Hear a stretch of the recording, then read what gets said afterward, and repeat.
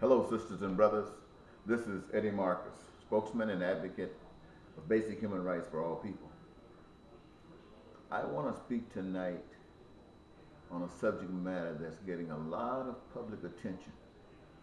It has to do with the Islamic faith, I believe. Someone did a depiction about some concerns of that faith that some Muslims felt that they should retaliate in the name of, I guess, their God. Don't let me put words in their mouth. And I want to speak about religion in general. But I'm probably going to mention some different faiths, even Islam, Christianity, and maybe some others, but I'll probably focus on those two based upon the message that I would like to deliver. But I'm not speaking for the government. I'm not speaking for an agency. I'm not speaking for a religion. I'm speaking for the power, the invisible power that is responsible for my being here. And I come to speak as a spokesman and advocate of basic human rights for all people is an indication that the love, the peace, the prosperity, the joy, and the life that I speak to you of is available and was made and designed to be experienced by every person that ever comes upon this earth. And so that probably puts me in a limited number of individuals. I'm not naive enough to think that I'm the only one, but I must admit I'm the only one I ever met. So I'm here to speak to religion. Religion, religion, religion. First of all, I want all people who hear my voice, whether you are a Christian, whether you are a Jew, whether you are a Muslim, whether you are a Hindu, whether you are an atheist, agnostic, whether you're just an individual. I want all of you to know that the systems of the world that we live under are designed to deny God, the invisible God, responsible for the creation of everything that is in existence, that we know of and that which we know not of, by an invisible God. And that includes every last one of us, you, me, wherever in the world you live. Wherever in the world you live, we were all made by that invisible power. And there is but one power capable of doing all of this. Now, all of these different views that we have, what we think about Christianity, what we say about Hinduism, what we say about Judaism, whatever we think about Islam, whatever we think, it's nothing but the ideas of men. Now, that doesn't mean that they weren't inspired by God. That doesn't mean that. I'm sure that most of them who got something out there like this were men of God. But human beings have a tendency to have biases and prejudices because that's the way they came into the world. And even when God speaks to us, our biases and our prejudices still exist, even though we think we've buried them. I know, been there. And if one say I'm above that, all you have to do is look at the fruit, and the fruit will speak to the seed. And so I'm saying to everybody, wherever you live, there are different things going on where people are some satisfied, some aren't. Some are oppressed that feel they are, and some aren't. Everywhere in the world. Now this is on the government. But likewise, religion in these various places of the world has not been able to change anything for the positive. When I say positive, for the benefit of all the people. So, why? Well, I can only say this. The players don't know the game. They're just playing. And so, where will the solutions come from? The solutions will come from those who see in the dark what's going on. But not only do they see what's going on, they are able to make a distinction because they know the path that leads to the things for which we all desire. They are quite familiar. So they can either go over the stumbling block, go around the stumbling block, go through the stumbling block, or have that mountain moved, but get to where they're going. Why? Because and when they are in operation, the things that are experienced when men do their thing, like crime and violence and terrorism and war. And let me tell you this, ladies and gentlemen, all of these different opinions and ideas that you have, they're not your own. They've been planted in you. They've been planted in you through your education system, through your everything that you see and do every day, and even those things that you dream of at night are the formal parents of those ideas that you speak for. And so, who is to blame when you were born into this?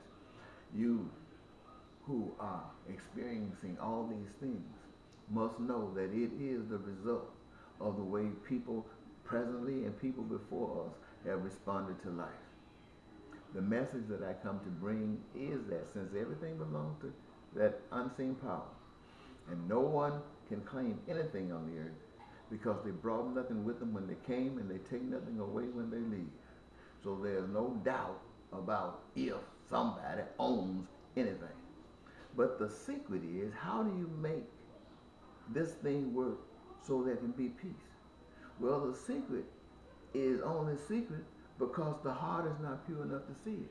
If the heart began to care about one another as though they were them, if they would care about one another as they look forward to that invisible spirit caring about them, if they say, this is what I want from you, and then they would start reflecting that in their dealings with others. So all of a sudden, that little faith, that little hope, and that powerful unseen spirit is spreading all over the land through us. Why? Because we are expecting something beautiful and lovely from that power that we can't see. And as our faith grows, we begin to do those things that would, or should I say, plant those seeds that will cause that peace, that prosperity, that joy, that love to fall upon us. We begin to do those things. And when we begin to do those things, then we will see the world about us beginning to change. There will not be a God anywhere that will cause other people to suffer, that will cause anybody to think they are superior to someone else.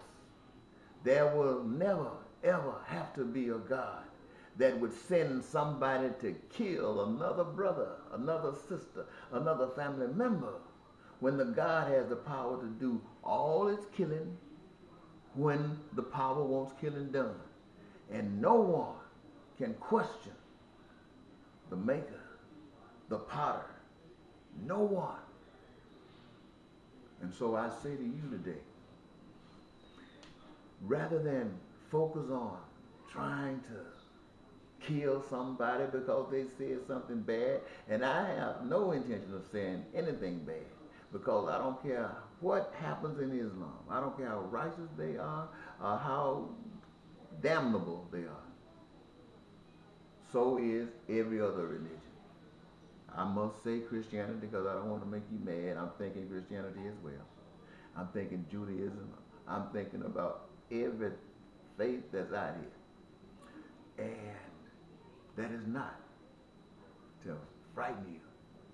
That is to say that the power unseen that I speak to you of wants to bring you into the fold, not to push you out, because regardless of what your philosophy has been, it's just as good and no worse than anyone else. So nobody can brag or boast that they got it going on, because nobody got it going on. You can boast and brag about how you want to be the greatest and all of that. You ain't got it going on. The only way you can have it going on is if you all got it going on. So you got to stop. Check out your mind. And begin to feel. Now, the God that I'm telling you about, that invisible power, made everything. And made each of you and put you here. Not to have to hustle. Not to have to go out here and work from sun up to sundown, working till your brow sweating. I know what you read in the book, but that wasn't why you were put here. You were put here to live in paradise. So you messed up. When you mess up, straighten up. Don't let your messing up in the beginning be the life path for all humanity throughout eternity. No, somewhere down the line, it's got to end. And since it hasn't ended before us, I propose to all people of the earth that we allow it to end now with us. That we, not spitefully, not upset with the powers behind the curtain that rules the world. We know we've been played. We played right into that. We didn't know any better before, but now a power unseen has touched us in such a way till what is being said going straight from my heart to yours, and you know everything that I'm saying is true. I don't even have to worry about it. And see, I know when people say, I understand that this person who put something out most recently that's causing riots at American embassies and things across the world have put out a death of, bounty. Somebody killed a person who did this. And I guess the person is going into hiding. That's what usually happens when somebody put a bounty on it. But I see all killers as a part of a force mechanism. Force. That's the kind of thing that mafia does. That's the kind of thing that the gangs do. The Crips, the Bloods. That's the kind of thing that nations do when they want to control other nations. Kill, kill, kill. I cannot even imagine a God that gets so disturbed by some people who disobey a code that they would send another person out and kill him or kill a whole bunch of people.